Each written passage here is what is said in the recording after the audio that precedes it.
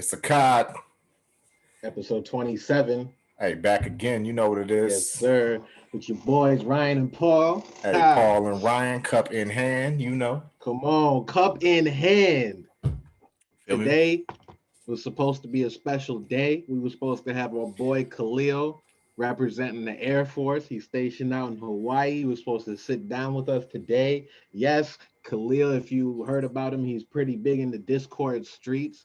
The man is a wave check legend. That's why I got my do rag on and I was ready to show you the waves that I've been working on. Yes, I had the product going the past few days. Hey, shout out to the court, man. Shout out to Khalil. But It's he's all good. AWOL right now. I don't know what happened. Maybe he fell asleep or something. We working on different time zones. I know it's like noon there right now, so he should be wide and awake. But to give him some credit, he does work late nights. Big So facts. Big facts. we'll get it worked out some way somehow. But Khalil, if you're watching right now, wake your ass up. Wake your ass up. Wake Hey, your ass up. hey, shout out to the court, man. Shout out to the Yes, community sir. that Shout supports out to Court. us. Oh yes, yes, yes. Absolutely. I would be remiss, as they say, to be bringing up the chord and not mention that we have a chord of our own. So Big thank you facts. for everybody who's joined. It's been very, very busy in there, very eventful. People aren't not letting us sleep. So I like Mm-hmm. the energy. I like the energy there because we could have started a server and really been outdoing ourselves. But we Exactly. started a server. We got 30 or so people to join just off the bat, and those 30 people are active right now. Yeah. And that's all you can ask for. So, we're just going to keep going from there and reach out to us, find us on our Twitter, on our Instagram. We got the link to join our Discord server where me and Paul are very active. You can chop it up with us. You can give us suggestions on what you want us to talk about in our podcasts, and also you can give us suggestions on who we should interview for our future podcast. Yeah, we appreciate that, man. People been rocking with us real hard. That's what keeps us Yes, going. That's sir. what keeps us motivated to do this. Um, Yes, sir. Thank you for everything you guys do. And if you're not following us and liking and subscribing, make sure you do and keep up with us, man. We got a lot to talk about, man. It's a lot that's A been going lot. on. It's been a lot that's Come been on, where do we going on. start? Where do we start? Man, I think we got to start with the elephant in the room, man. The stimulus package. Hmm. We got to talk about it. Okay. We got to talk I about got it. my stimmy. I Okay. got my stimmy probably like a week and a half ago. Mm, I just deposited in the bank like yesterday. Always to savings, always to savings. I try big to be facts. smart with these things. Hmm. But yeah, I got my stimmy. At the bottom, it was signed by Donald Trump. Okay. So that was the stimmy that they had sent out before he left office, the $600 one. Yeah. The Now, $6. yes, sir, yes, sir, the six bills. When Biden got in office, he did say that he wanted to, send out the $2,000 that Mm, the Republicans before Trump left, they were arguing, should it be $600?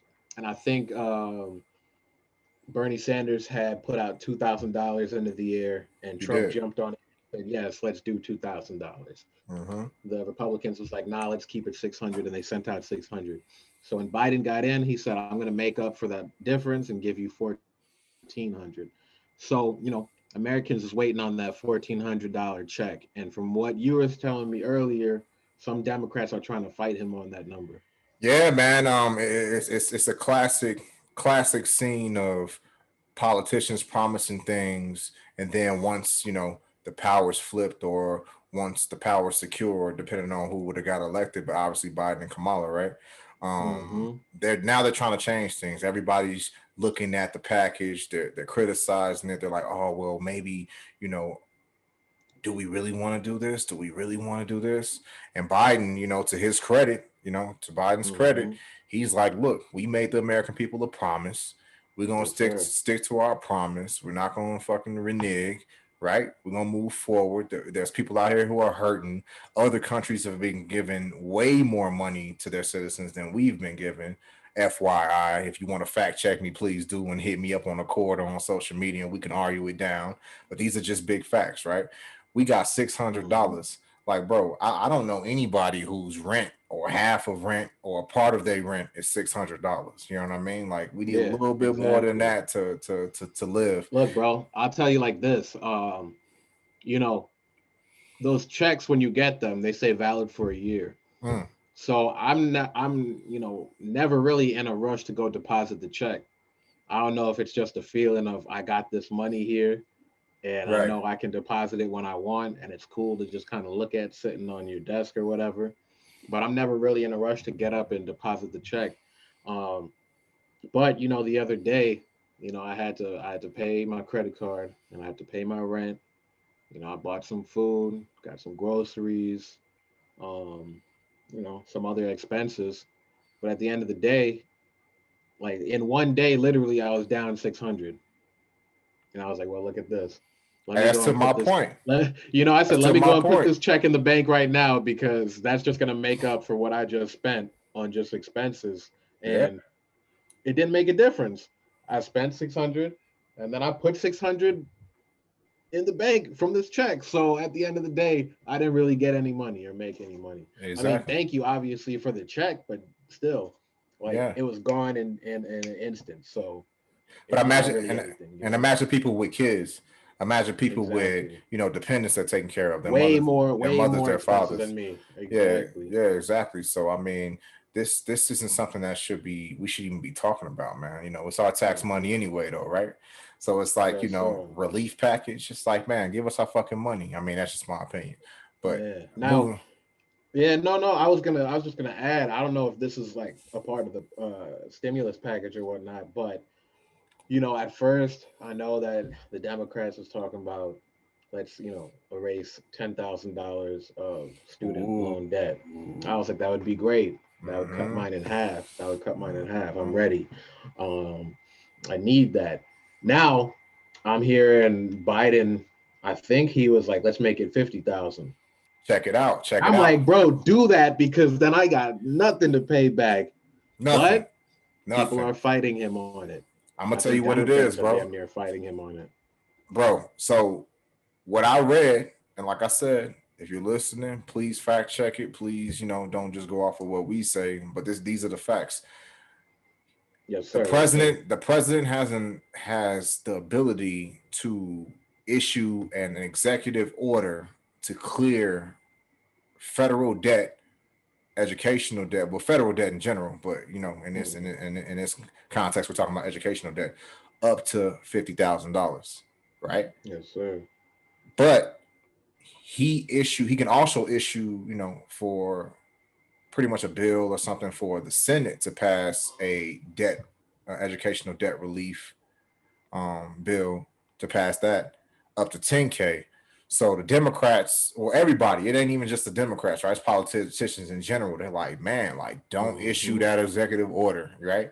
They don't want them to issue that executive order because then they're obligated to clear 50K, which I'm with you. I'm like, man, that'll be nice. Yes, sir. That would clear all of my educational debt as well. But Hmm. it's politics, man. They're looking at the deficit. They're looking at the money we're borrowing. They're looking at what we already owe, which I get it. But I mean, the fact is this, man. We've been printing money.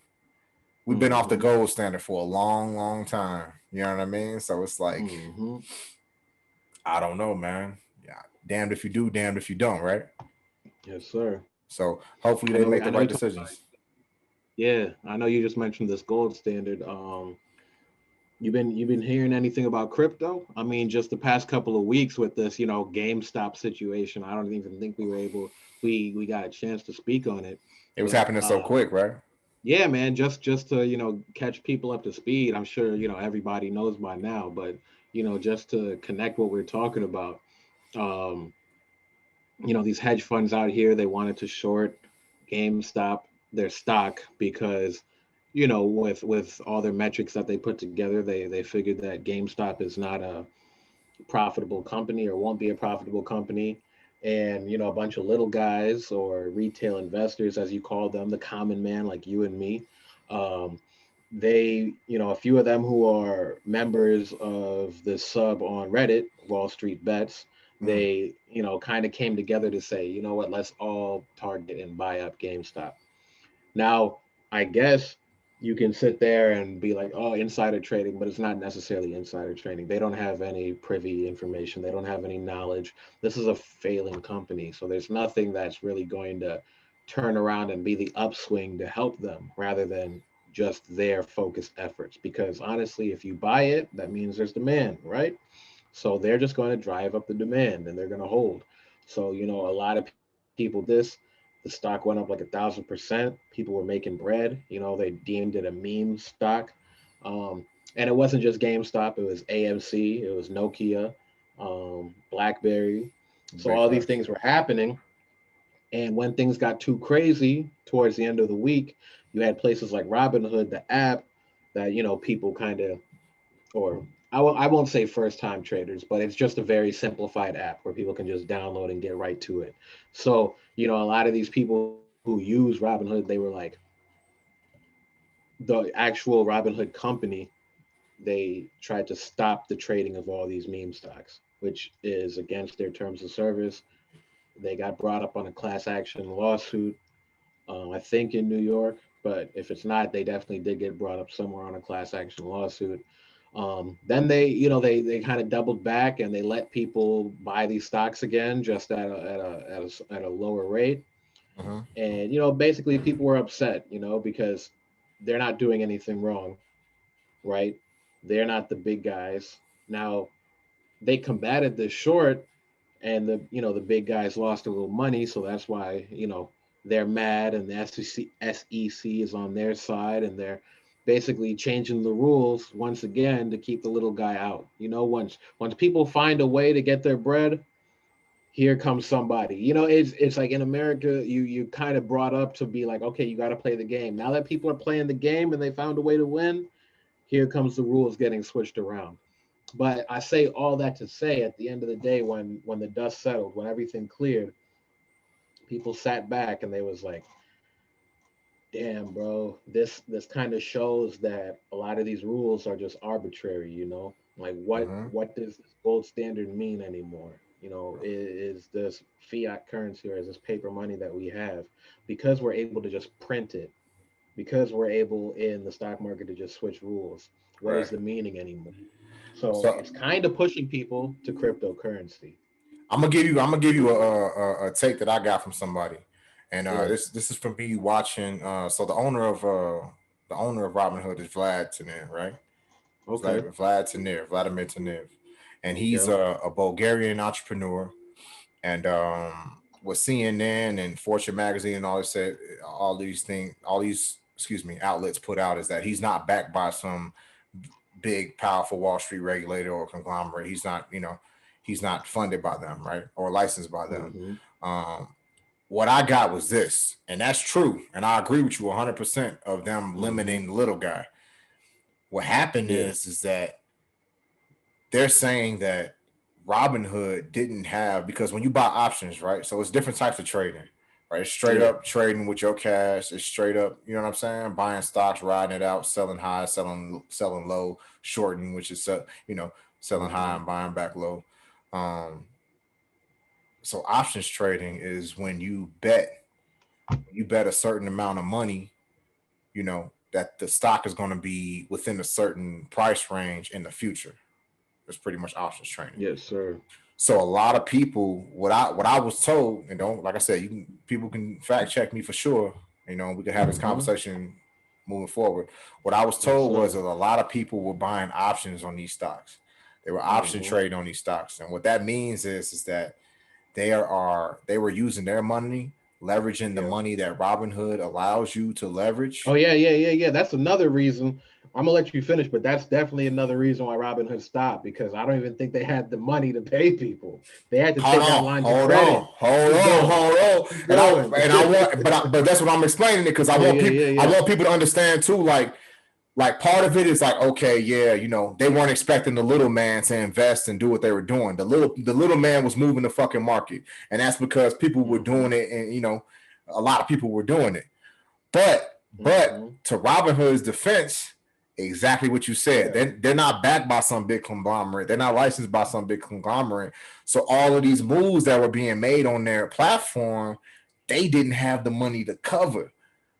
Yeah. And that's their defense in court right now with the SEC and against these people who are having these class action lawsuits is, look, man, we didn't have the money to cover all these bets.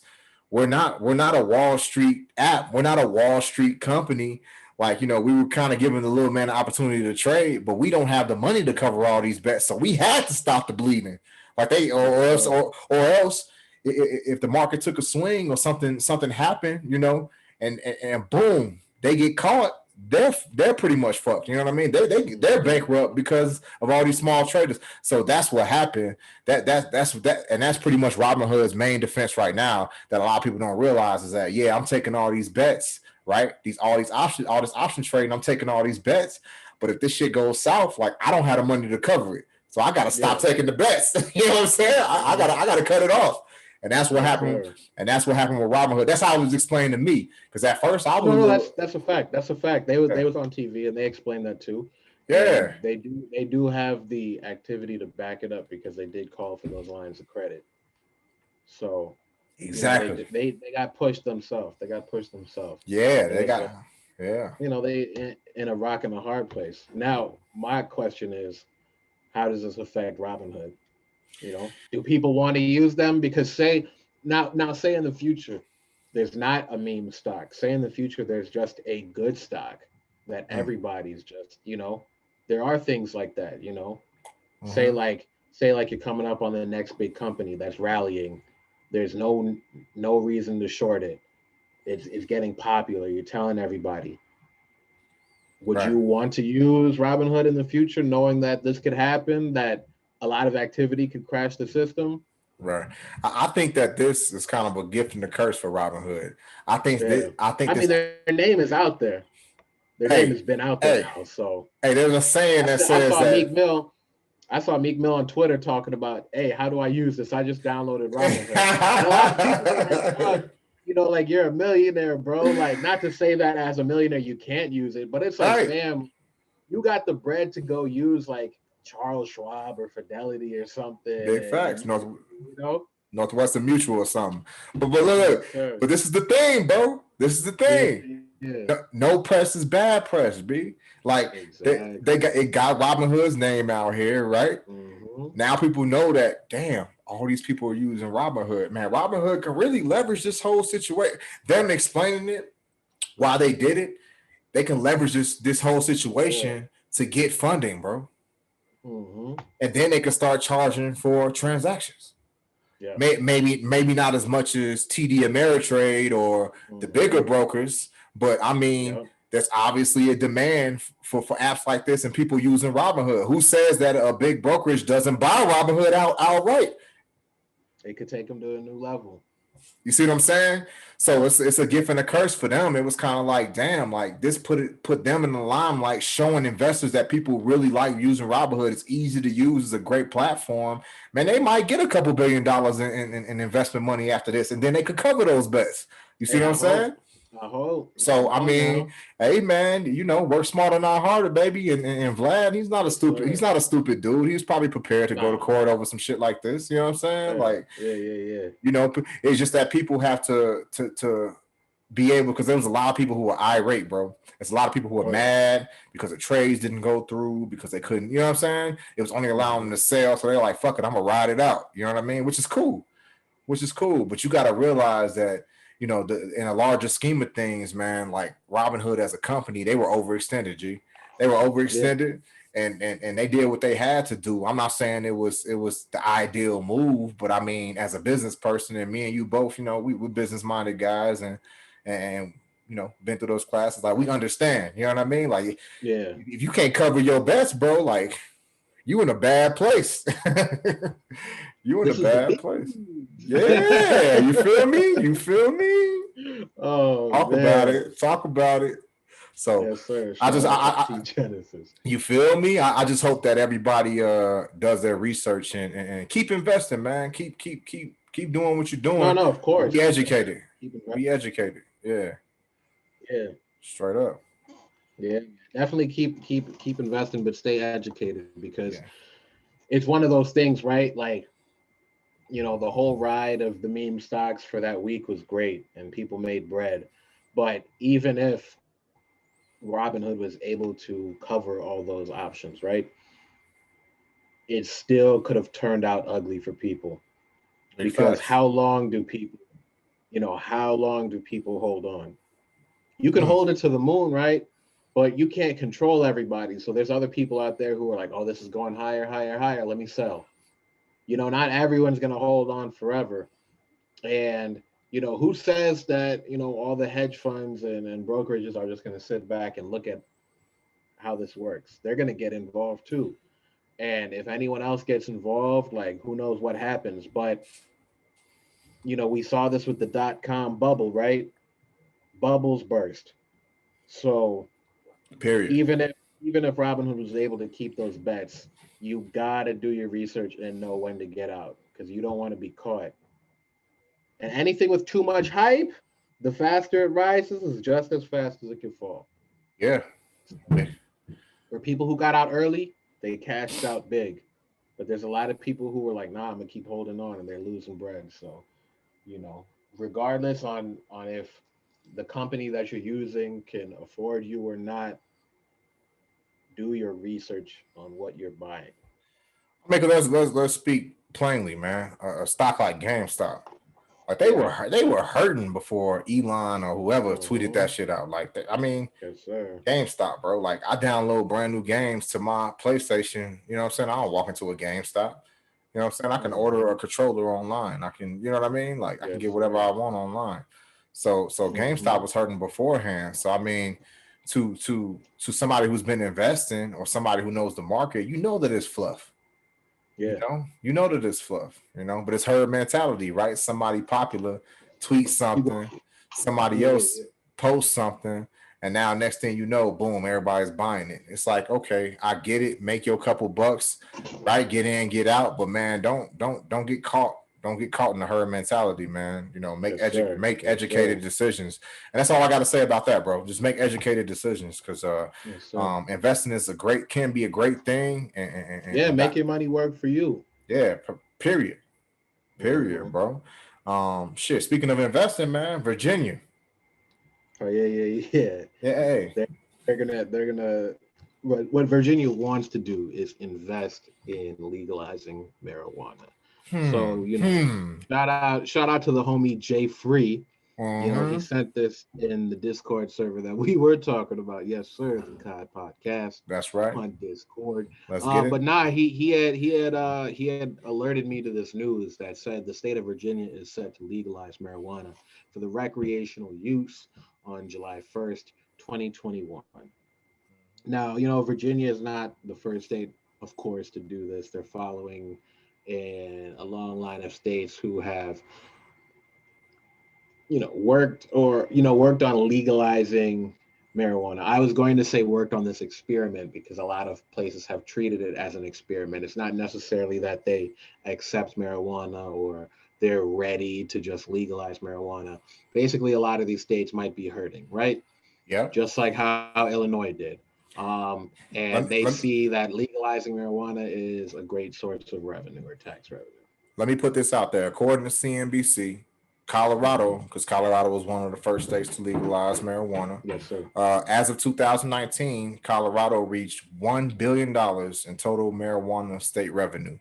Bam, bam, The, bam, Hey, bam. hold on. The state. Yes, sir. And we're not talking about what the revenue, what the weed growers made, what the weed distributors made. We ain't talking about the Yeah, cash that wasn't reported. Let's get it real, facts. because it's a Come fucking on. cash business. Shout out to people on the street. You hear me? You heard me? You know what I'm saying? So Trickle down fucking economics for real. for real. Hey, so Colorado as a state, Mm-hmm. from taxing the marijuana industry, made $1 billion A billion. in 5 years from just taxes. So just Yeah. imagine what that number is overall, gross revenue of the Yes. marijuana industry. Yes. Yes. To be honest with you, I'm confused why these other states are so far Are not. behind the Yeah. Yeah. fucking Yeah. you know what I'm It's saying? just smart. It's smart. It's a proven Come on. product.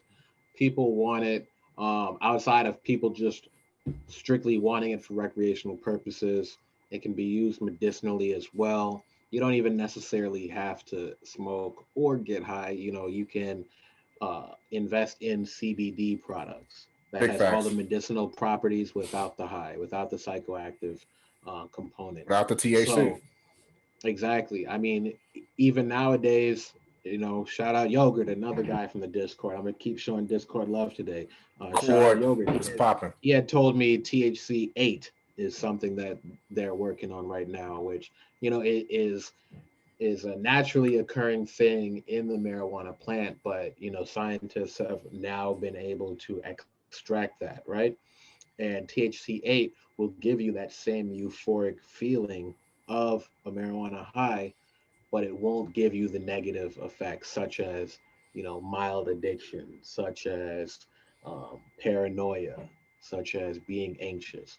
So for people who do strictly want to use this as a medicinal product, and even for people who want to use this as a recreational product, it's one of those things where I guess they found out that this can be treated like a beer or something like that. And I do know alcoholism is a thing, but there's a lot of people who are able to drink a beer maybe once or twice a month and put it down and not think about it again. At all. It's not like they fall off the wagon or something. There's a Mm-hmm. lot of people who are able to drink responsibly. Whereas it be with marijuana, it's definitely not as destructive as alcohol, but there are people who they make it uh, kind of a daily routine or like a part of their personality or something. So it's the wake and bake. It's the smoke before you eat. It's the smoke before you watch TV, play video games, do anything. Yeah, big facts. I mean, it's a lot of people who use marijuana, right, medically to calm them down from their anxiety, to relieve them of pain, to, man, give them more clarity because, their minds everywhere Yeah. throughout the day or, what I'm saying, whatever they're doing. So, and that's what I'm saying, man. It has so many medical and so many great properties. I'm just a little confused as to why these states who are hurting Hmm. financially, who who obviously see the numbers of it creating jobs and creating more industry for their citizens, right? To Yes, benefit sir. from it. Why are they so far behind the ball? You know what I mean? Like Yes, sir. it is what it is. Men lie, women lie, numbers don't. Shout out Gotti. Numbers don't. You feel me? Yes, So sir. So yeah, no, my only thing I was gonna say earlier, actually Khalil just hit me up. He said he get he it. was sleeping. So I told him to jump in, he can be with us for the last 30 minutes or whatnot. But regardless, what I was saying is that, with this THC 8 thing, it kind of eliminates that. It's kind of giving people this opportunity to smoke and indulge, and they're not necessarily thinking, okay, let me smoke again, let me smoke again. They can Right. if they want, but it's not necessarily something that's going to kind of be that voice in the back of their head, like a normal stoner, like I gotta incorporate this into every day. You know what Every I day, mean? bro. Yeah, I So it's do. one of those things where the future of marijuana could be just like alcohol or something. Yeah. And then you take away that anxiety feeling, you take away this, so you can just have a smoother buzz or a smoother high or whatnot. But regardless of all that, Virginia is talking about it. That's where they're likely heading. Shout out I to read Virginia. something. I read something on Instagram or on Twitter just now where somebody said, "Hey, I was speaking to, it was someone who was speaking against it in the government, and he said he was speaking to families, and he was like, I've had 7 people cry in my arms because they've lost their children to overdoses. Of course, you can't overdose on weed. No one has died from marijuana.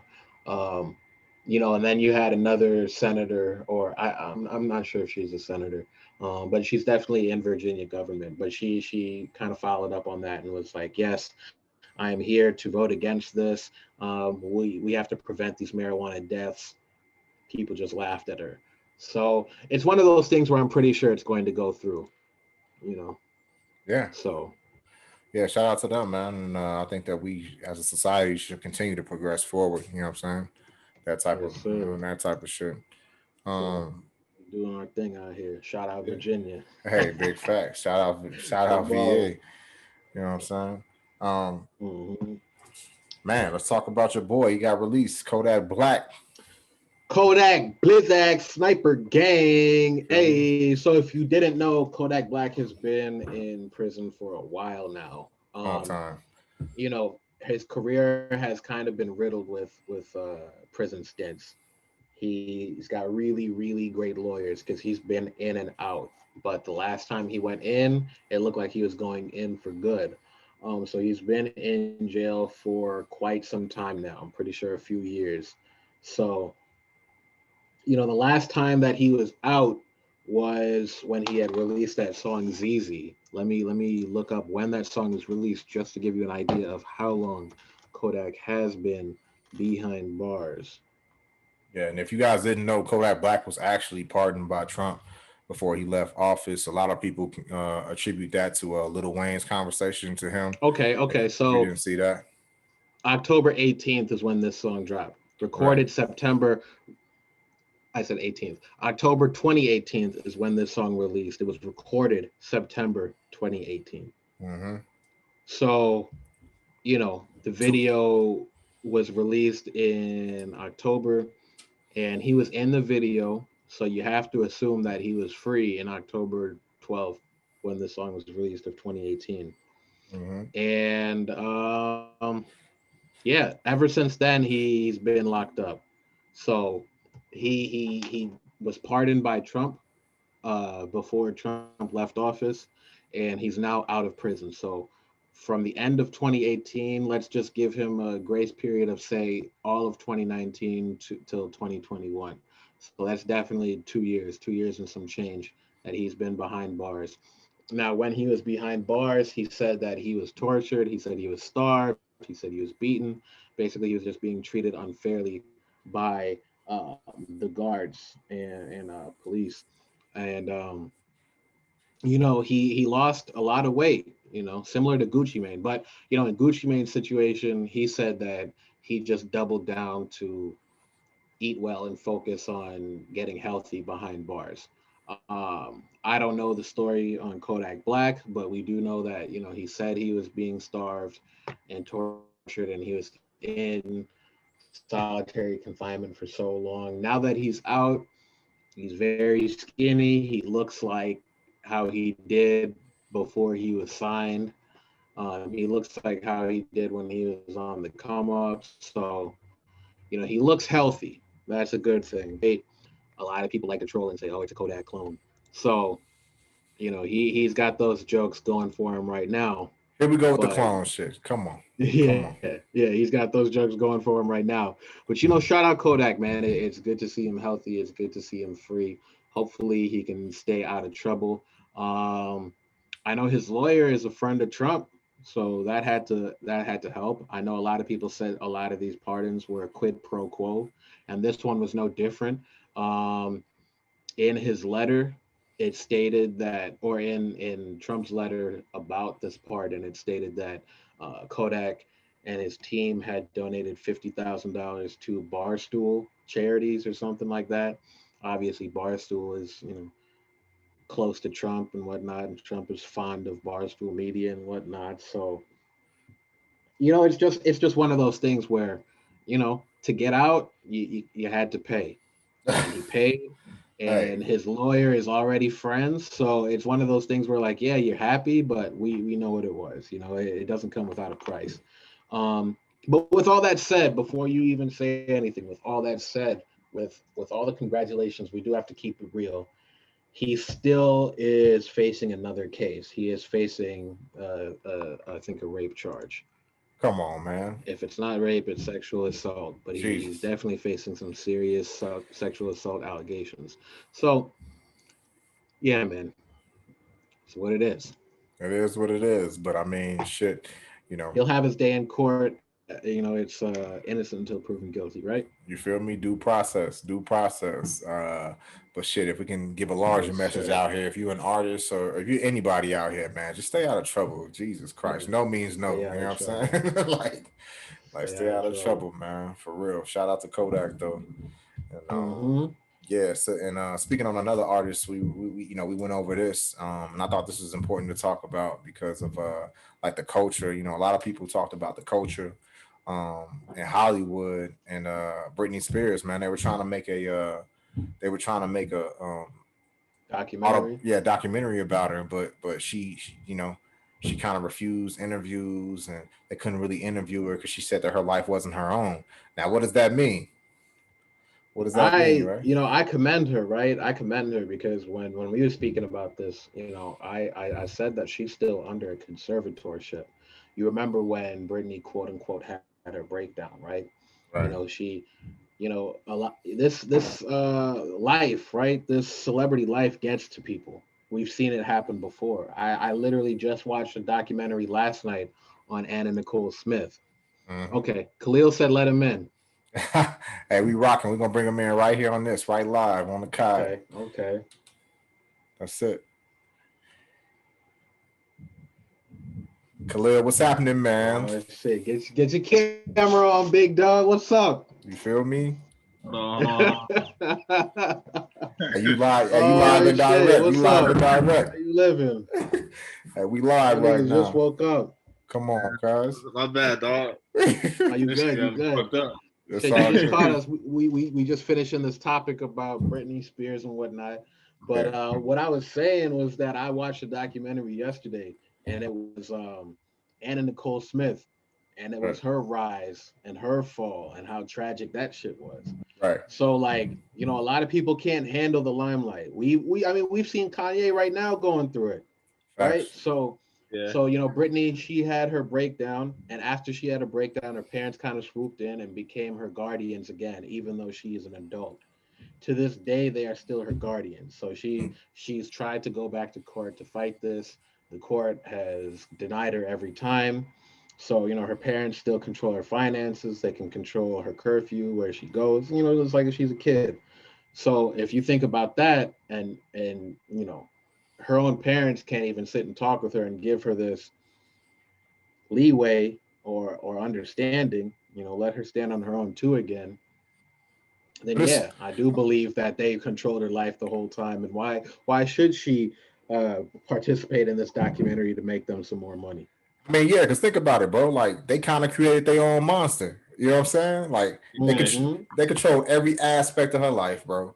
They control their finances, control what she did, control like probably even the music that she did, probably even the interviews that she did. Like bro, she it's kind of like a person who's incarcerated their whole life. You know what I'm saying? They're like institutionalized. Like they can't really Yes, do sir. shit on their own.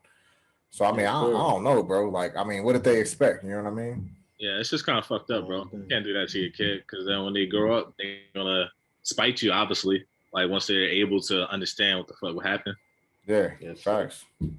Big So facts, what you man. been on, Khalil, man? Speak to us, bro. Bro, I literally just How woke it up been? like You got 10 minutes ago, bro. did I'm you not get gonna that lie. cut? Nah, I ain't got no cut right now. That's why I got the drag on, Ooh. bro. I fucking I had the rag on because I'm about to reveal the waves, bro. oh Come shit. on, the Yeah, wave. you about to put me to shame, bro. See Hold that? on, man. Yeah, you Hold looking on, nice. man. Oh, Yeah. see the waves. It's just a little bit. It's coming in. It's Man. coming in. I Nah, gotta you get my looking good brushing though, on, bro. But bro. we out here. This whole week I've been working 7 to 7, so like my body is like all fucked up, trying to get used to it. So That's like, what I was saying. I was saying you work late, so Yeah. yeah, Hey, bro. for everybody who listening, man, and all the guys in the court and shit, give a little background, bro. Give us some details, man. yes, sir. Where you stationed at, like how you got there, where you from. Give it to Oh, us. I got you. I'm originally from Florida. I got here. I want to say I got to Hawaii. Like I'm stationed in Hawaii. I got here in November. Mm, So yeah, I've been here since November. Part of the Air Force. I do cyber transport to like translate that to like English. It's fucking like IT pretty much. Like we do like communications. Like we pretty much work on the systems that allow airplanes to communicate and all that. So it's kind of a nice, big deal, kind of not. It's pretty nice. cool. Yeah, man, it's been kind of a journey because my whole military experience been kind of like fucked up, honestly. Like I joined in March, and so when I left for basic, there was no COVID, and then like in the middle of basic, COVID and all this shit Oh, happened, and then like everything changed, and then it was like weird because obviously, like you can't talk to, like, you don't have your phone, like you can't talk to people, you can't communicate. So like I'm just going off of what they're telling me, and I'm in basic like just scared as fuck. Like, is my people's dying? Like, what the hell's going on? And obviously I'm from Yeah. Florida, and it's probably the worst part to be in, like, the United States right now. So it was Yeah. all kind of, man, it was all kind of crazy. Like it's been kind of hard. Like it's been kind of hard, but I got good people around me and shit, and Hey, I know. And like when you Hey, get out of Paul, yeah, you're in the Navy, right? hey, So so when you get out of how basic, does that compare? Yeah. yeah, when you get out of basic, man, you just want to see your family, you want to talk to your friends, you want to catch up on everything. So if you in basic and you don't have any contact with the outside world, and all of a sudden they tell you this is this big pandemic, right? Like hundreds of thousands of people are dying. You like, man, what the hell is going on? You know what I mean? Like it's yeah, all hey, to be honest with you, man, it's almost like some Walking Dead shit because you don't know what's happening on the outside world. You know what I mean? You don't know exactly what's happening. You don't know if your family's safe, and if you got family all over the United States or all over the world, like you really don't know what to do or what to think. So I can imagine the anxiety that creates. yeah, Yeah, bro. man. It was like literally like that. And then since all the pandemic shit happened, like they canceled like family being able to come and see you. So like after I graduated, like I didn't get to see my family afterwards. Like I went a whole uh I went from March all the way until the end of November without like seeing any of my family or my friends or any of that shit. And then like the most frustrating part was about it was I was like maybe 5 hours, like I was a 5 hour car ride away from my family, but like they had like all these rules and restrictions and shit like that I just couldn't see them. Like I would say though, like I'm not gonna lie, like going to the Air Force has been pretty, like, they've been pretty good to me though. Like other than the whole COVID stuff, like they treat, like, what I mean, they treat us right. One of the main reasons why I wanted to join is because like my dad was in the army and he's like, yo, like if you're gonna join the military, definitely go Air Force because they treat the people the best. Like, y'all get the best equipment, y'all get the best. So I was like, I'm not gonna lie, I have seen it though from like firsthand experience, kind of like I don't know what the Navy is like, but I mean we work with a lot of Navy people here at Pearl Harbor. So like, Right. obviously it's like, it's pretty cool because like this is my first base and it's like so much history here. I'm kind of like I love history, and some of the buildings you can even see kind of like some of the like bullet holes like still are in the buildings and stuff like that. Like there's this one building that's still damaged from even back in Pearl Harbor when it happened like so many years ago. So it's pretty cool to drive Damn. by and like see that every day. Kind of like A lot of remember like history. Yeah, man. Khalil, ladies and gentlemen, shout out to the court. Hey, but Yo, now speaking on Hawaii, bro, what's been some of the what's been like the day to day, man, the upsides and the downsides, man. so I would say the upside, bro, is beautiful. Like, what I mean? I can walk outside and I'm seeing mountain. Like, what I mean? I can see a Yeah. mountain. Um, it's the people here. As long as you respect them, they kind of like they give you that same respect back, and they're Yeah. really like they're really friendly and welcoming people. Um, Mhm. I think the main downside that I've starting to notice though is like, so here it's only a 1% Okay. of African Americans here. So and probably Mhm. that 1% is all coming from the military if you really think about it. So it's kind of like I'm here, but I don't have any Yeah. culture. So it's kind of hard. Like sometimes it's kind of hard to relate to people and stuff like that. People can try to talk, like, talk you through stuff or like act like, they know, but it's just different than Yeah. talking to a brother. Like, you know what I mean? Exactly. Like, man, you talking like, bro, like we could like when you talking to another brother, bro, like it's like y'all don't even have to know each other. Y'all can just talk. Like I can just pick up a conversation. It's like I know each other for years and Yeah. stuff like that. But we still kind of have that way of thinking that is kind of like a little bit sheltered a little bit. So like, I wish we had Okay. more culture. Okay. There's still a lot of things to do. Like you can go on hikes. You can still go out to eat. The beaches are all open, but there's no nightlife right now because all that shut Damn. down I, due to COVID. because I was gonna ask, when you think about it, right? And it's always been depicted in movies when you're like the American or especially the Black American and like a foreign, and it's not even like Hawaii's foreign, but you know what I mean. When you're in a different spot, and and of course you're in the military too. It's kind of like you got those. I don't want to call them groupies, but you got those women who kind of gravitate to the military dudes, Yeah, sex. Yeah, so, obviously, I'm about to get into it. Like, you've seen that, but it's COVID, so it's kind of hard. It's like, how yeah. does that even work? Like, have you been on the Tinder streets? Have you been trying to like get out there, or have you just been hitting up shorties back home? I mean, I still kind of like got like a little thing with my like you know what I mean with my ex back home. So like I haven't been really you Come know what I mean. on. I've been trying to work on that and focus and trying to Yeah. get that to work. But I do see like how people can kind of gravitate to military. Like the Hmm. island's kind of like split. There's people that love like the military and they want to like try to get that come up, and then there's people that absolutely hate the military because you got to think about it though. Like this is kind of even though Hawaii is a state, I've been realizing this Yeah. is like a own country. Like this is nothing like Definitely. how it is Yeah. like back home. Like it's completely different here. So they kind of see it as like the military came through and like all the whole island is just all military and they took over like Yeah. their land almost in a way like kind of like we're conquerors in a way. But like if we Exactly. just here and if you think about it, if the military wasn't here, Hawaii would probably go to shit because how Hmm. much like money we're bringing to the economy, like everything. Like Pearl Harbor got to be one of the biggest, one of the biggest bases. So Hmm. it's weird. I think the thing I hate the most is like everything closes at 10. So like there's no nightlife. Like back home in Florida, everything is still open. Like I could go like if I was in Florida right now, I could go to a club, I go to a bar, unmasked, like Hmm. be chilling. Even though it's not safe to do that, but it just sucks not having that option because then like I find myself being online, being on the court like too much and shit like that Yeah. because Yeah. I ain't Yeah. got no Yeah. nightlife. Yeah. You know what I mean? It ain't no really nightlife. Like I'm gonna chill with my Exactly. homies that I got here, but like ain't really too much shit that we can't do because we can't go Yeah, nowhere. man. You got to connect, right? Yeah, yeah, yeah. That's Now, a big we was fact. having this conversation that I definitely want to bring up. A lot of people when I said what should we talk about, they said, bring up the music that Khalil hate. We ain't gonna go that crazy. We ain't gonna go there. But shit, dog, we was talking about, shout out Yosei. He had asked everybody who's the artist of the generation, who's the best artist of the generation. I'm pretty sure everybody said Drake, Yeah. but we did double back, or a few of us doubled back and was like, yeah, it's Drake, but he ain't Kanye. See, the thing is, like, I can acknowledge that Drake is the greatest of generation, but I'm never gonna put him Yeah, on Kanye's like level because to me, yeah, Kanye is like the best artist that I've ever heard in my life. yeah, Like growing up, like Kanye, like growing up to me, like Kanye was like, I'm never gonna call nobody God, but like, you know what I mean? He was like everything he dropped was just amazing. Big Like, facts. so seeing the shit that he drops now it hurts me honestly. Like yeah, yeah, dropping man. Jesus is King and that like a fool. So I would never pick Drake. Like no matter how big Drake gets, like he can't match that quality, and he's not pushing the culture forward like the way that Kanye was. So, but I mean, I got Drake is comments to the this, biggest dog. artist.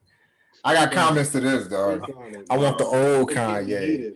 Straight from the gold Kanye. Hey, you see what I posted, bro? So it's like, look, Drake is that dude. I mean, period. Anything Drake touches is gold. We've seen that. We've seen one hit wonders come and go just off the strength of Drake. You know what I'm Yeah, saying? Yeah. I ain't gonna name no names, but they out there. They out there for sure. I'm a Kanye phone. though, Kanye has moved a movement, bro. He influenced a generation. Kanye is the producer to work with. You know what I'm saying? It's just unfortunate that his personal life and his personal whatevers have affected his musical, you know what I'm saying? His production as an artist, man, as a creative. And like Jay Z say, if you like the old Jay Z, listen to the old Jay Z. You know what I'm saying? yeah, Hmm. Which I get, but it's like that's true if the new Jay Z or the new Kanye was producing and adding something to the culture. I feel like the new Kanye ain't really adding shit to the culture. You know what I'm saying? Like, and I can say that as somebody from Chicago. I support him all day, but it's like, yo, like, don't let, and I ain't gonna say her name, respect, but don't let other people influence like what you do as a person, like how you produce as a person. He has his own personal take on hip hop. He has his own personal way of producing the great shit that we're used to, right? And I yeah, just feel like there's been other things in his life that have influenced that. And that goes for anybody, bro. Like, regardless of what's happening outside of you, you can't let that affect the best in you. And I feel like yeah. he's let the outside stuff affect the best in him. So I hope we get Kanye back. But I mean, as far as like the best rapper, you know what I'm saying? Like let's filter this. Because you got the best producers, you got the best rappers. The best rapper right now, I mean, Drake. Drake is like, you know what I'm saying? I mean, he's proved it. He's proved it with the sales, the domination. I mean, like you can listen to the radio, and a song from 10 years ago could come on, and it'd be a Drake song, and it still sounds current. Like Houston, that Atlanta, "Believe Me" Vegas. song, Houston, right? Atlanta, Vegas can When come on Drake right that now. came on the radio. I'm rocking, bro. Yeah. And I'm Yeah, and rocking. I'm rocking, and it sounds like it just was recorded yesterday. So it's like he really does have it. But I guess to Khalil credit, man, is it fair when we're focusing on this generation and the merits of this generation to compare him to Kanye, from Kanye being from last generation? Is it even fair? I say no because then we're kind of like how we're critiquing the old heads for like, yo, like my generation is better, like this shit is bullshit. Like Exactly. that's why I was Yes. saying that like I can't like all right, Drake is the best of this generation, but don't be comparing him to Kanye. Don't compare him to the other greats like goats because Jay-Z and all that stuff. Like Drake ain't even no matter how big his music is, he's never gonna be on that level of quality for me. And Like like I Right, said, right, his right. ethos are different. So like you were saying earlier, if you are somebody who respects the artsy fartsy, of course, you got your Kanye, you got your Franks, you got Kendrick who can like give you some multiple layers. And that's Mm. not to say that Drake doesn't have multiple layers, but he definitely has something that he's going for. He definitely has. I mean, he's the one who got at Hove for rapping about the art. art too much. You know what I mean? Yeah. So it's not that Drake is not an artist or he doesn't want to make art, but Drake is the type of dude who's like, I'm the popular kid, bro, and I'm going to be the popular kid. I'm going to rap about the fly show. I'm going to rap about the women. I'm going to rap about being in the club. I don't necessarily need to rap about, how I feel. And he does rap about how he feels, but it's not like he's going to dive into that emotion and really be a sad boy. And I Yeah, Yeah. yeah, yeah. think that's something that a lot of people will call art, you being sad opposed to you being on top. Right, What I right, was right, right. saying is that he like I think the best way to describe it is like his music is safe. Like he has like this lane that he's in and he's not gonna stay in there. Like sometimes he dabbles his toes and like he'll try to like speak on real shit or like he'll get real introspective, talk about his mom, talk about like previous relationships and stuff like that. But he has that Hmm. lane where he's operating in and he's not gonna like I think what you could say about Drake, he's not pushing no boundaries. Like, he's not Yeah, making the groundbreaking music or the shit that you might call a masterpiece. Like he's not gonna like you're not getting a to pimp a butterfly from Drake. Like he's just yeah. not. But the thing is, I was trying to really say is I wouldn't say Drake can't do it. He just don't want Yeah. to. Like he And doesn't that's have. another thing. Like, That's a fact because SKK the other day, like he was saying how Drake really is not going to give you like 12 dusty tracks, and Drake said that on a record before. yeah, He was like, I could give you a classic of 12 dusty tracks. This is all you want. You want 12 Sandra Roses, and I was telling y'all, man, I haven't really felt much goosebumps from Drake outside of From Time or Furthest Thing or something like that. But if Drake was the artist to just give you that back to back, he might be shunning a whole nother side of his audience because for me I might gravitate to that, but you got somebody who might be an R&B Drake fan and they hear that and they just skip, and I might Right, be like, damn, how you skip yeah. that shit? But right, there's right, people right, right. like Drake has positioned himself to be in an area where that's what he does. He's the guy who is going to be uh, catering to a lot of different audiences. So he's got to give you a few of those tracks on each project. I like to be honest with you, bro. I like the mixture of Drake, bro. He'll give you the song, he'll give you the Sandra Roses, right? Yeah, But as of late, like dude, he been popping off. He like, man, I am that dude. You know what I'm saying? Like, what the yeah, fuck? 0 to 100 real quick, fam. Like, like I am that dude. What I touch is gold. Like, period. You know what I'm saying? Or even him and the Kanye beef. Like I said, I support Ye all day. But he even said that shit in a track with Lil Durk. He said, "Y'all told Shorty don't wear no 350s around me." You know come what I'm on, saying? like, come like on. that ain't. Well, that ain't him like falling to the wayside. That's him making it known. Like, nigga, I'm not fucking with you. You know what I'm saying? Or like, You let's heard him on Sicko Mode, crept yeah, from the block. You feel me? You know what I'm saying? Shout out, hey, shout out to the six. You know what I'm saying? He said, what did he say? I be hating when the guys act like the bronze. You feel me? He was coming at, he was coming at certain motherfuckers. Like I like to see that type of thing, and that's probably the East Coast hip hop fan in me, right? It's like, yeah, it ain't all peaches and cream, fam. Like sometimes if you top of the game or you're doing your thing, regardless of what lane it is, right? Regardless of if you're singing or you're doing something poetic, like sometimes you gotta pop off and let them know that you're still there. Like, nah, dude, like don't try me. You know what I'm saying? Like I got you. Yeah. And I appreciate that. And I think, and like I said, back to your point, Khalil, like, man, I love Kanye, but I think he needs to get back to that. Like he had that edge. Like, you know what I'm saying? Like, I mean, Watch the Throne. Classic.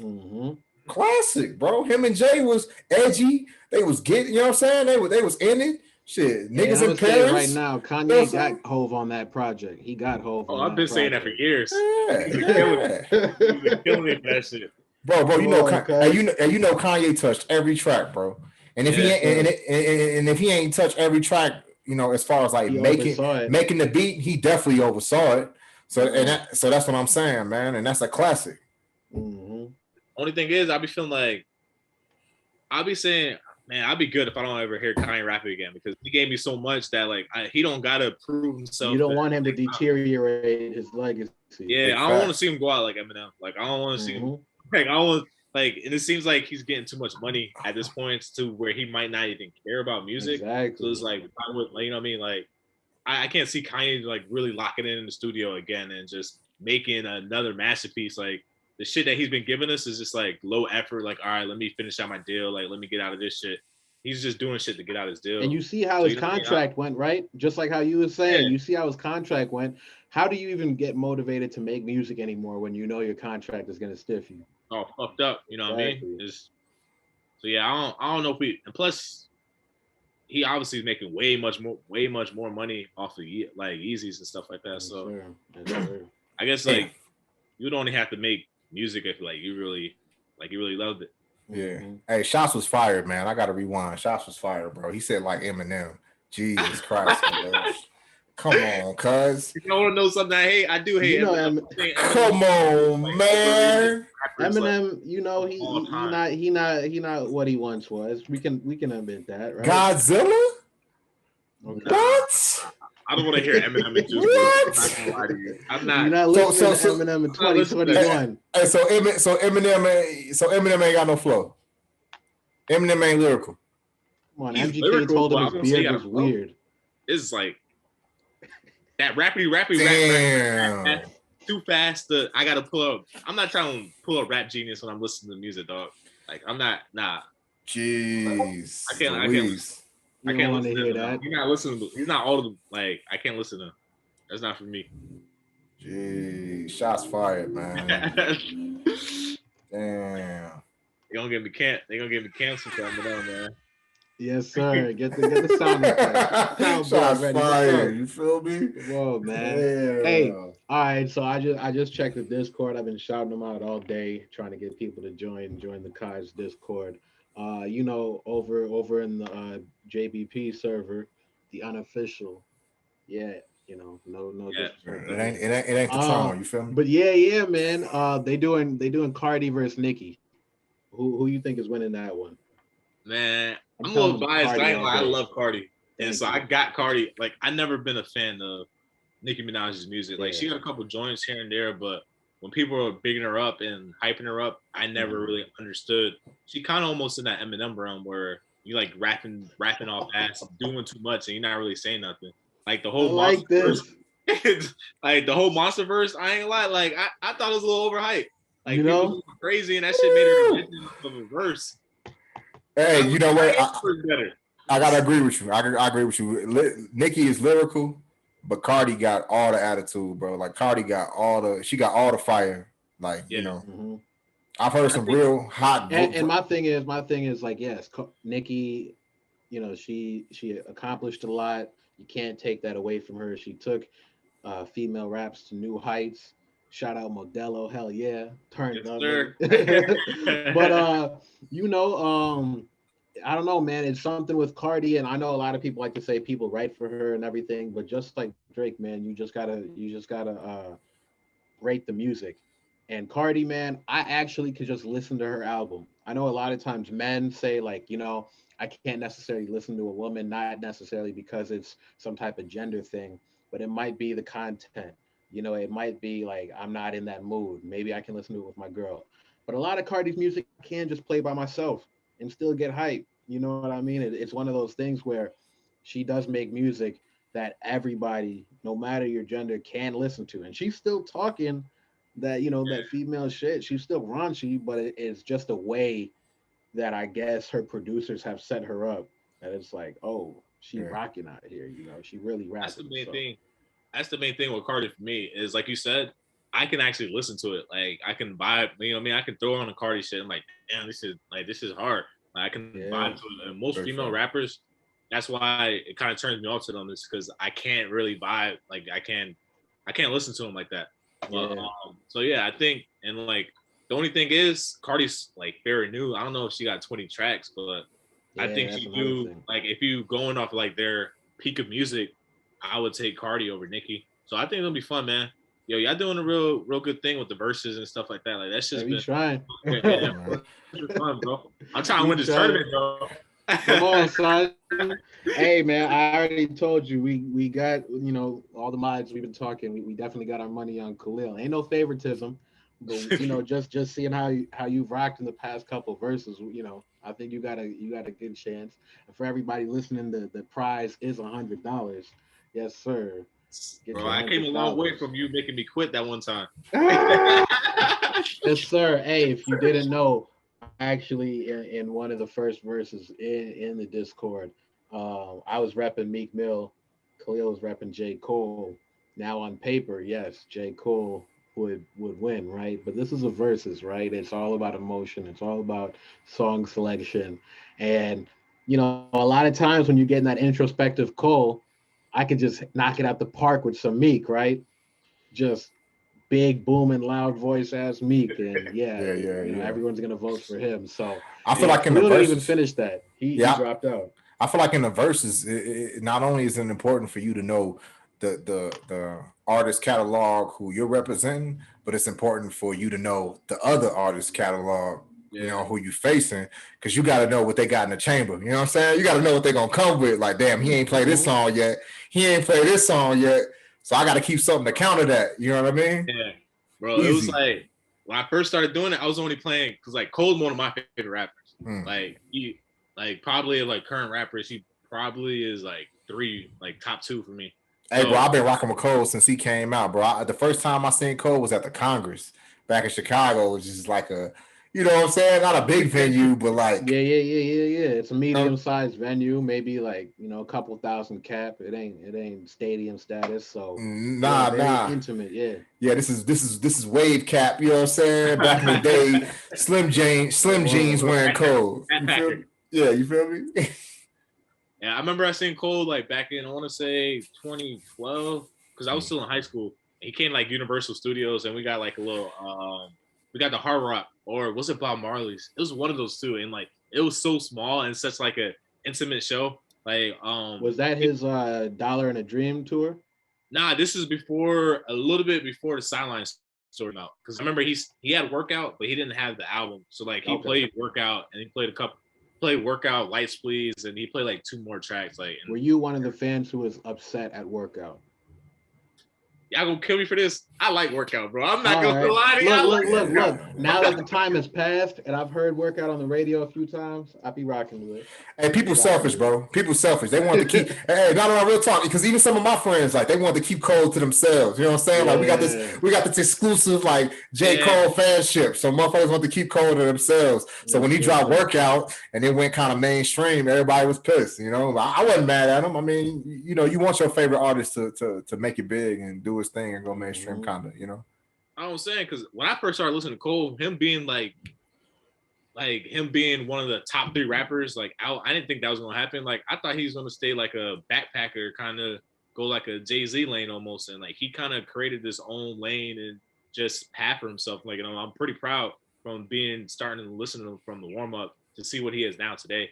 So I get it. I mean, when he makes songs like Workout and stuff like that, I get why he got to do it.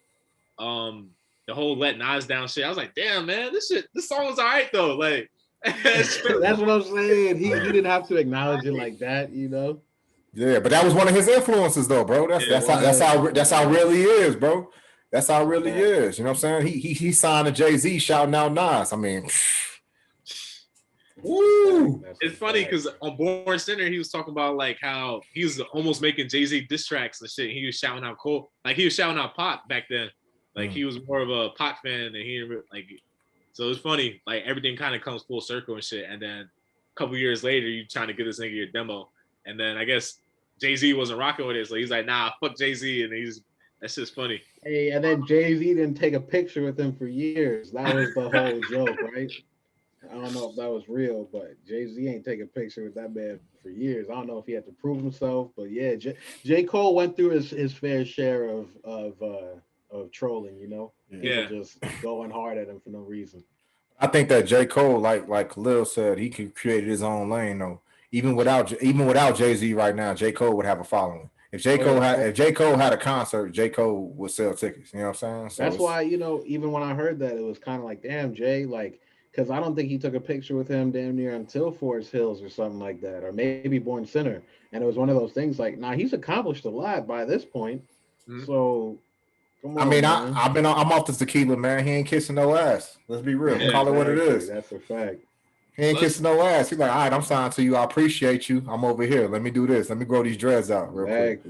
Yeah. And he did his own thing. He didn't wait for Jay-Z's hand out, you know. Nah. Matter of fact, how many tracks is he featured on? Everybody, like I said, we had this conversation in the court. Shout out to the court. We had this conversation in the court. How many people reach out to Jay to try to get a feature, or pray to get, you know, Jay's circle to get a feature? And here go J. Cole signed to him. He like, you know what I'm saying? Like, all right. Do I need it? I don't think so.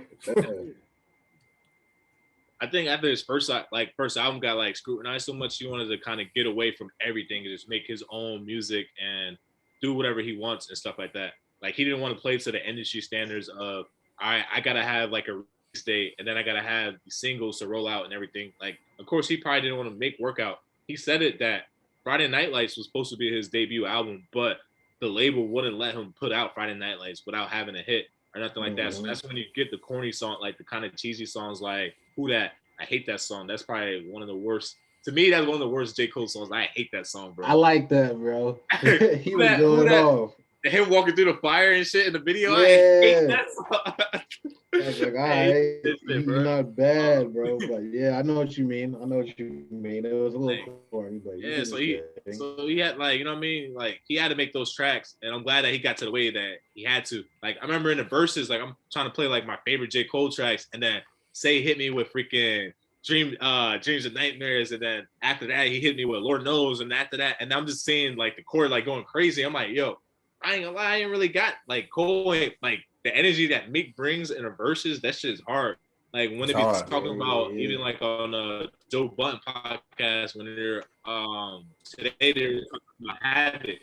They're like, yo, that's some mean ass beats to like going to go sit across from. Like I don't know how many people want to do that, and like, like you know what I mean, like any up type music. So, but nah, I think I know what to do now in these verses and shit like that. Yeah, man. Get that 100, bro. Get that 100. I'm gonna try, man. You gotta do it. You gotta do it. Hey, man. So like, a big thing that I did want to bring up is that like, you know, I did agree to bring you on this pod because I know you're starting your own pod. So I was like, hey, man, like, I think this would be a good starter just to get you, you know, really in tune with how, you know, how things go and whatnot. Yeah.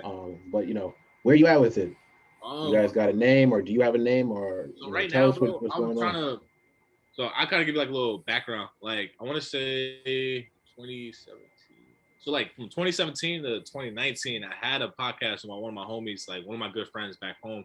Like he's a producer and stuff like that. So like we used to just kind of talk music, sports, whatever is like, you know, happening and stuff like that. But the one thing about it, it wasn't consistent. Like say like we'll do 2 weeks back to back, then putting out episodes, and then we might not record again for another 3 months. So and it was always kind of like that. You know what I mean? He is a like, you know, artist. He's making music. He's starting up like his own label and stuff like that. So I'm not gonna fault him for like not being able to be consistent. Like, sometimes he just didn't have the time to put like an hour or 2 hours down to, do it. So it wasn't as consistent as I wanted to be. And now I kind of see how podcasts work and stuff. Like I want to be able to do visuals. Like I want to be able to do something like this. So I just want to be consistent. Like I'm not gonna start something when I know like my partner can't be as consistent as I want to be. I would have to like, maybe rely on guests, or I can't. Like I was even thinking about just starting a podcast myself and just you could do that. Yeah. being my own. But I'm like, damn, I don't know if I'm that interested to do something like that. But maybe I might have to just until I can get another host. Cause like, I talked to George about it, but he's kind of like flaky. Like 1 week he's with it. Then the next week I don't hear from him, something like that. Yeah, speaking to him, shout out George. He's a little hesitant. One thing I've realized with, starting a podcast, you just got to hop in, bro. You just got to do it. You just got to get in, because you can do all the setup and the prep in the world, but once you actually start doing it, that's all that matters. So, I know speaking to him, he was like, do we get the video? Do we get the audio only? We can't be sitting in the same spot together. How does Zoom work? How does this work? I'm like, I can tell right now it might be scared money. Yeah, that's what I'm saying. Like, I think he's like thinking about it too much. You know what I mean? I'm like, bro, we just got to try. You know what I mean? Exactly. It got to be perfect. It's still a pandemic, right? Yeah. So even the big pods, even the big shows, a lot of them are still doing Zoom as some type of like low budget or something. Like a lot of people. That man, because me and C, like we didn't. This wasn't our goal to do this, right? We just kind of jumped into it, and it just kind of happened. You know what I'm saying? Like we were like, damn, like I kind of like doing that. Like it's cool that we get to interact with people and talk about real shit and touch on subjects that what I'm saying, like that CNN or CNBC or other podcasts we listen to really don't even touch on, right? Because certain personalities kind of take over versus getting down to the nitty gritty.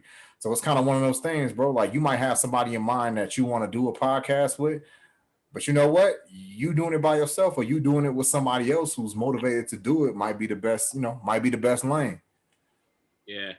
That's where I'm kind of at with it. Just because, like, it's something that, like, I've been listening to the Joe Budden podcast for a minute, and that's probably, like, one of the main podcasts I've been listening to. And then just seeing, like, Joe and shit. And, like, they, like, obviously now it's kind of a little bit more industry and stuff. But back then when it started, it was just a couple homeboys just in a crib, just kicking it, doing hella jokes, talking about music. Like it was kind of like, it was like a barbershop, like as in like you just went into a barbershop and you put a microphone in it and then like they just recorded, then the shit just went crazy and stuff like that. And all the stuff that they talk about, like women, music, sports, blah, blah, like just pretty much like, whatever's popping with your homies. Like that's like shit that I always like, love. Like I remember back when I was growing up, my mom used to always call me CNN. That's because like I always had like news and shit. Like I was always like in just like people's business and shit like that. She's like always asking me like, oh, like what's going on? And I'd be able to tell her stuff like that. And so she's always, like when I was recording the podcast, she's always listening, and like even she didn't know what the fuck I was talking about, but she just listened to this. I like that though, man. Now let's speak on let's go back to the your Air Force career and whatnot. I know I said I wanted to stay away from it, but how did you just get involved in the first place? How was that transition from being a civilian to Air Force general? Not that you are a general, but I wish, dog. Yeah. He promoted you real quick. Really? Up the ranks. Yes, sir. Whoa. So I would say, like my dad, like I said, my dad was in the Army for about 10 years, but he got out before I got born. So it wasn't like I grew up like a military brat or anything like that. Yeah. I remember when I graduated high school, like I had kind of like the idea, like I kind of wanted to go. Like me and my older brother, we were gonna do the buddy system in the Navy and join at the same time. But my brother, he got in like some legal trouble. And he don't have any charges. Like everything was completely dropped, but they were fucking him over. Like we took the ASVAB and all that together. So like I'm 19. I'm 19 at this time. So they were kind of fucking him over, and they weren't like there. So I took it, and like you know, what I mean, he got a higher score on the ASVAB, so like you know, what I mean, he should have had like just as amount of good jobs as me. And they're like talking about all this waiver bullshit and like all this and saying that he couldn't join. So I was like, you know what? Kind of turned me off. I was like, all right, if he can't join, I'm not gonna join. So you know what I mean? Fast forward what, like 6 years, like I'm kind of going through like you know the civilian world, like I'm working, I'm going to school, like I'm doing a typical thing, like you know maybe typical things that you do at like around this age. And I just felt like I got to a point where last year or like a year and a half ago is that I just felt like I wanted to do more. And just with school and shit like that, like paying out of pocket because obviously I was dumb partying, I lost my financial aid. I wanted, like, you know what I mean? It just felt like with school, it just felt like, bro, like I'm taking one class per semester. Like, my nigga, damn, I'm 25 now. Like, when am I going, you know what I mean? Like, I'm trying to make it. I'm trying to be making money, like making real money, working a real job and shit like that. Like, I was working merchandising at Pepsi, even though I was making good money. It was kind of like a grind because I'm waking up at 3 a.m. and I'm slinging sodas and I'm slinging shit all day and like just get home, be mad tired. So, and I got a couple homies that I was working with at my previous job that like joined the Air Force, and they were telling me about how good, like, you know, they were living and like how much they liked it and everything. And he's like, yo, bro, like, you should just try it. He's like, don't you like IC? Like, that's what you're going to school for. He's like, the Air Force has hella cyber jobs. Like, you know what I mean? Like, he's like, just go talk to my recruiter. And when I talked to the recruiter, his energy was so different than the Navy dude that I talked to years ago. Like, with the Air Force, they have like, the Air Force don't recruit. Like, you gotta actually try to like knock down their doors and try to talk to them. Like with the other branches, they go to high schools, they go to all these meetings, try to recruit people and stuff like that to get people to join. But with the Air Force, they have like a surplus of people. So when I was talking to the recruiter, it was kind of like, if I was ever iffy and I was like, oh nah, man, I don't know about this. He's just like, bro, like, well, call me when you're for sure, because like I don't got time to waste. Like, I got millions of people, I got thousands of people that want to join this shit. So yeah, I think it just got to a point where I just kind of wanted more. I felt like I kind of did like a 4-year plan almost. I compared what I thought I would be in like 4 years if I stayed home and I was kind of like on the same track I was. I'm like, yo, like, what if I step out my comfort zone? I always wanted to join the military. Like, why not? Like, you know what I mean? Why not do it now and give myself the chance? So I kind of took the leap of faith. Like I was telling you before last week when we were on BC, that like I didn't really tell nobody. Honestly, bro, I didn't tell nobody until the month that I was literally leaving. I think when I look back at it, it was kind of like, I think it kind of like shook people because, like, you know what I mean? Like, we was living so good and like we were always having so much fun. Like, I know, like, I used to go out a lot, like a shit ton and stuff like that. Like, you know what I mean? And I was making good money, and then it kind of shocked people, like, yo, like, why you want to give up all your freedoms? Why you want to do this and go to the military? But I didn't see it as that, like, as in me giving up everything. I kind of seen it as like, yo, this is kind of something I always wanted to do. Like let me see it through. Like, I feel like, what if I go 10 years from now and I'm like, damn, like, what if I would have joined the military like how I kind of always wanted to? Like, I always wanted to be in the Air Force. And so I was like, you know what, it's better now than never. I don't really regret the decision, honestly. I think the only thing, like I was telling you, is just the COVID stuff. Like, I wish I kind of could have saw that through.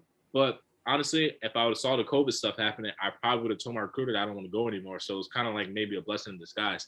Like, when I was telling you, the reason why I didn't tell nobody is because I felt like the more people I would have talked to, they would have tried to change their mind and like, oh, like, why you want to join the military? Like, why you want to do that?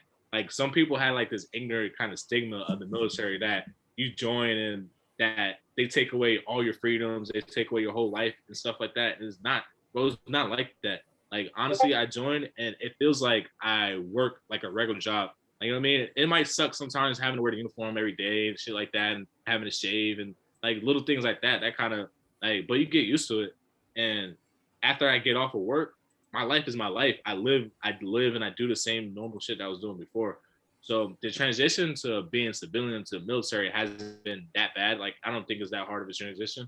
And it's a little bit better because I'm older. So maybe me being 18, and if I would have joined and getting niggas like having niggas yelling at me and telling me to march and telling me to do all this, I probably would have seen it a little bit different. But now, as an older man and knowing what the authority is and knowing how to follow rules and stuff like that, it's easier. The hardest part for me, though, I'm not gonna lie to you, bro, is obviously we all know last year was a fucking shit show, and like with the whole social injustice and everything, like I was questioning myself, bro. Like, I'm looking in the mirror, putting on this uniform every day, putting on a U.S. flag every day. I'm like, damn, bro, like, did I make a mistake? Like, how am I like how my morals inside is like it don't really align, but like I can't pick that on the Air Force because like not everybody in the Air Force is like that, and you know what I mean. And like it was just kind of hard at the time just seeing everything that's going on, and like damn, bro, like what the fuck, like what am I doing? Like I'm giving, but like I'm not on the front lines and stuff like that, so I can't see it that way. But like for a long time though, I was really questioning myself, and it kind of made me like it made me like really question a lot, and like it was kind of like in a difference, like damn, bro, like I'm in the military and all this shit is going, like all this shit is going on, like I can't even, like I feel like I kind of like turn my back on my people almost in a way. But I was talking to my dad, and he kind of like reassured me. He's like, bro, like it's not like that. Like racism always been in this country, blah blah. Blah. And then it goes back to the seat at the table shit. Like even though I'm such a small part of this system, like you know what I mean, maybe I can influence a couple people. Like maybe I haven't encountered me, maybe one day like I can talk to somebody that's higher up, and I can like you know what I mean, let them know like how brother feels and like influence something different. So that's what I was saying, like being black in the military was kind of like when I first joined, it was just a weird time, bro. Like you got COVID and then you got all that going on. So that was And I kind of want to I want to ask both of y'all. You know, Paul, you being from the Navy, and Khalil, you know, you're in the Air Force right now. You know, I read a report saying about how, you know, there is some form of extremism in some of these branches. You know, they've shown people who have these certain symbols that they might put on their own uniforms that are extremist groups back home. You know, I don't know if you've looked closely at, you know, the insurrection videos and stuff like that. Some people had symbols that had like, say, like a numeral 3 with some stars and stuff like that. That represents some type of like, you know, gun freedom or something like that. But there's all these like kind of extremist groups or nationalist groups that they say, you know, have some ties to military, and not even like ties to like the official branches, but people who are in the military might believe and might be, you know, report was saying they might try to actively recruit. You know, they had a picture of some military guys in Iraq, and they were holding up a Nazi flag. You know, they were holding up an SS and things like that. yeah. So as, you know, black people in you know, the Navy and the Air Force, have you come across that? Have you seen that? Have you had to, you know, confront people who might be, you know, kind of On the you know, edge or extreme or extremists. racist? Have you had to confront anybody? Yeah, I mean, Oh, you can go. yeah, it's all good. Yeah, I'm because I can comment on this directly because I actually had to confront somebody. But as far as the military is concerned, one team, one fight, right? So like the military as a whole doesn't promote that shit. The military doesn't. They frown upon it. Like if somebody's caught with that type of thing, like they get punished for it under. Yeah, yeah, they get punished under the Uniform Code of Military Justice, which is the UCMJ, which is the law that military people are governed under. And so it's like zero tolerance for that type of thing if it's identified. Now, all right, do individuals have their individual take on things, their individual ideals? Absolutely, absolutely. I mean, just like years ago, they in Iraq, they had somebody spray painted a 5 point crown, and put Latin King. You know what I'm saying? In Iraq, so it's like Okay, wherever. yeah. So there's definitely a lot of organizations. Yeah. Yeah, yeah, yeah, but they're not. But it's not the military in particular. It's the individual who came from that. You, Exactly. you see Yeah, what I'm yeah, yeah, saying? yeah. You see what I'm saying? But does the Mhm. military? Yeah. But it's kind of an oxymoron because the military, like I said, it preaches one team, one fight. If you're in a wartime scenario, I Mhm. don't. Your guy over here might be Arabic. The guy over here might be black, and it's a white dude. Like you gotta trust these dudes. You know what I'm saying? You gotta trust that they gonna have your back. So like Yeah. Yep. so you can't have that division. So it's absolutely not it's not promoted and it's absolutely frowned upon. But what individuals do in their individual time, yeah, I mean, yeah, you got to you got people who will say stuff out of order. But the difference between the civilian world and the military world is this: if I'm a higher ranking than you, you say some racist something racist to me, I can handle that. You know what I'm saying? Like I can handle it, and Khalil could vouch for that. You know what I mean? I'm pretty sure if I'm your your ranking officer, or if I'm your staff sergeant, or if I'm your ranking guy, and you say something racist to me, I mean you got a problem. You Yeah, got exactly. you probably got 3 or 4 problems. Yeah.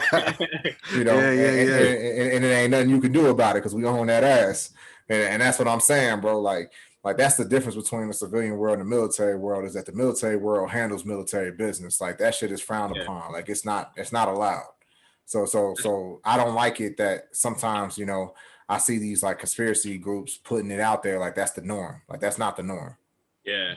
That's what I was trying to tell people. Like I was saying before, when you take off that uniform, you got your own life. So you can't take the individual out of the person. You know what I mean? And when we're Right. working, like, you know what I mean? Maybe I am working with somebody that might be like a supremacist or like, but I would never know because at work, You it's wouldn't They're know. not gonna speak on it. you know what I mean? It's not speakable on or nothing. But and even like what he was saying about the Latin Kings thing, you got to think about a lot of people that join the military. They're coming from damaged backgrounds, or this is their only way out, or they would have been in jail, or you know what I mean, they've been in a lot of trouble. So a lot of people kind of are still on like those like kind of like gang culture and stuff like that. Like I remember one of my homies on basic, he was talking about how he was a blood back home and shit. And he's like, yo, I'm not gonna lie, we were all doing credit, like they were all doing like credit card scams. And he's like, the only reason why I joined it is because all my homies was getting locked up. And he thought that he was gonna get locked up too because he was so around them. And he's like, yo, if I join the military, at least I know that the military is gonna protect me. And like, I kind of have this backing if they do try to come down on me. And I'll try to like get some leeway to get out of it. So like a lot of people, I think that's why a lot of people have a hard time adjusting, is because this is like the only way out. Like it wasn't like really in their plan, and then they join, and then it's like, fuck, like how do I stop being this person? Like how do I stop being this person? But Yeah, and that's why a lot of people get engulfed in the military culture, is because they're not proud of who they once were, or they're not proud of how they grew up, or they're not proud of whatever. So they engulf. They do 20 years in the service because it has that structure, it has yeah, that team feeling, or that team whatever. You know what I mean? So, yeah, man, I just think that it's messed up, that and unfortunately, just like we watched, what happened in the Capitol. And I think it was a couple of news outlets that said it the best. They said, man, they got people playing soldier. And I hate Yeah. and I hate that. And I hate that, bro. I hate that they can go to surplus stores and buy military uniforms or they gotta camouflage, change that shit. That and, shit. and never served a day in Hey, their you know life. how And crazy never that served a is? day in their life. Because I feel like some of these fraternities and sororities got a better hold on their insignia and their clothing, because like you remember when Boozy was wearing someone's He got fraternity his ass out of colors? here. Yeah, quick. So Lawsuit. like you can't really go out there and wear that shit for fashion, but for the military, you can go out there and get camo this, camo that, surplus Yeah. gear, and you can just rock it. Yeah, I don't Yeah. You necessarily know what I agree with mean? No, that. no one's Yeah. trying to get up in your face and ask you where'd you serve. So yeah, man, that's Yeah. that's definitely something that needs to be looked at. Yeah, bro, Absolutely. they gotta change that shit. I never like that. Like you just Me go to either. like your little thrift shop and buy all this old military gear, and some people even pose like, yo, like yeah, I was in the service, like yeah, I served and shit like that. I'm like, man, that's just corny shit. I mean, I to be Yeah, honest with you, I called a guy out one time because he said he told me he served where I served, right? And I asked him like, oh, okay, like what year? And he said the years like that I was, in that specific duty station. And I was like, you know what I'm saying? He said, "Tell me about it." Like, okay, what base? You know what I'm saying? Who was your NCO? Like, like what you talking about? I had to bust out the ID on him. Like, my ID says veteran because you got to show your DD 214 to even get, you know what I'm saying, to even get certified. But it's like, come on, guy.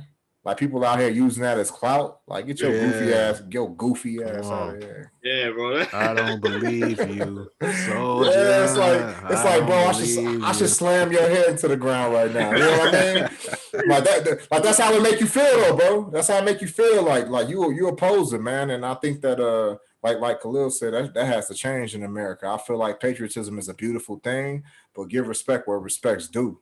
You know, and I don't like these, and even in that aspect, I don't like these conspiracy theorists coming out saying that too, like, oh, everybody's in the military, because I've seen that, I've heard that everybody in the military is racist. Like, I served in the military, I'm not racist. Like, Khalil's in the service right now. Like, that's not how it is at all. Like, the military for sure frowns upon that type of shit. Yeah, guaranteed. Yeah, bro, 100%, because it separates you. Think about it, you got to be one team. It separates people, and that's not what we are. So anyway. Yeah, well, nah, you know what I mean? I think just people, it's just one of those things that people gotta not listen to, like, you know, all the stigmas out there and kind of see it through themselves and shit like that. Like, it ain't, and it's really not what you think. Like, yeah, it got, like, it's just like any job, like, you know what I mean, with a dress code, like, jobs that you got, like, even in the civilian world, they got dress codes, they got standards, they got, you know what I mean, policies that you must follow, or they're gonna fire you, or they're gonna do shit. I worked for UPS for a few months, and I definitely had to, you know, shave and keep the sideburns at a certain height. Yeah, man, I know how it go. Man, I know how it go, man. Yeah, adjust to the culture. Yeah. Hey, man. So I literally looked at the I looked at the court just now. You know, shout out Doug. I see you in there. I see you in there. So what's the verses, bro?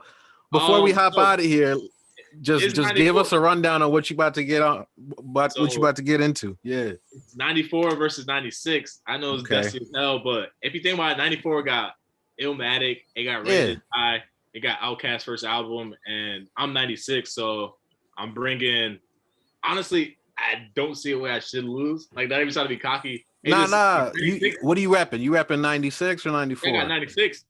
Come on now, that's already regarded as probably, if not the best, one of the best years in hip hop. So yeah, 94, 96, those are definitely looked at as two of the best. But 96 is definitely regarded as that year. Tupac albums that might be, those are probably top 3 Pac albums, like without All Eyes on Me and Seventh Day.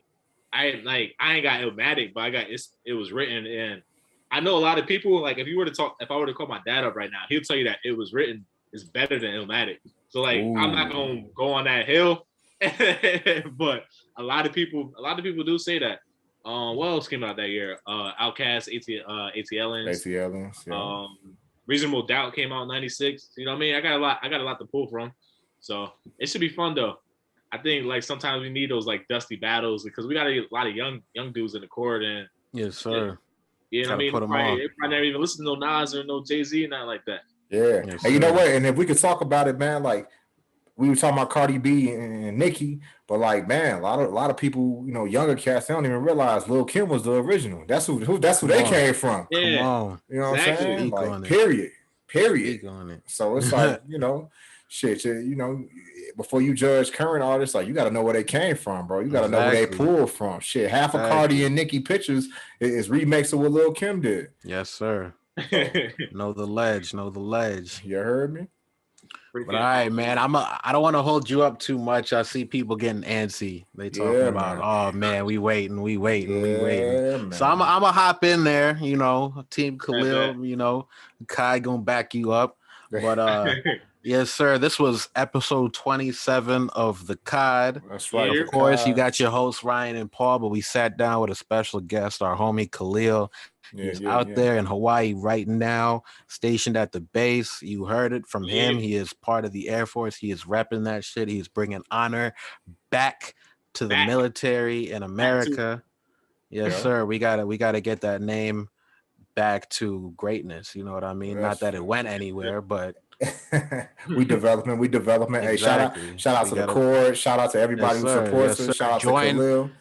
Join the COD Discord server and pay attention to, you know, Khalil's pod when it comes up. We're definitely going to be shouting that out and promoting it. Hey, man, a part of the mastermind. You know what it is. Full speed ahead, baby. Fresh catch of the day right here, right now. The COD.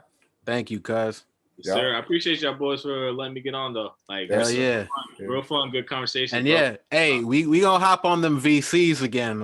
Y'all definitely gonna be hearing from Khalil, because we gonna have a whole separate segment where we in the server hopping on. So, you know, like I said, join the server, hop on and speak to all of us, man. That's right. It's the COD, episode 27. Get y'all vaccines, man. Let's That's get it. Hey, I'm getting it. I'm getting it. Cause Facts up. Pfizer or Moderna. Tell me which one you got. That's it. I got the Pfizer. Man. Okay. Okay, All right. okay. Next time we get on camera or VC, I'm gonna let you know. I'm gonna get that for real. That, You bro. know. It ain't as bad as what they saying, man. Don't listen to these people. Hey, we're gonna cover that next time. It's the COD. I like that. It's the COD. Yeah, man. Hey, peace. Thank That's you. Salute.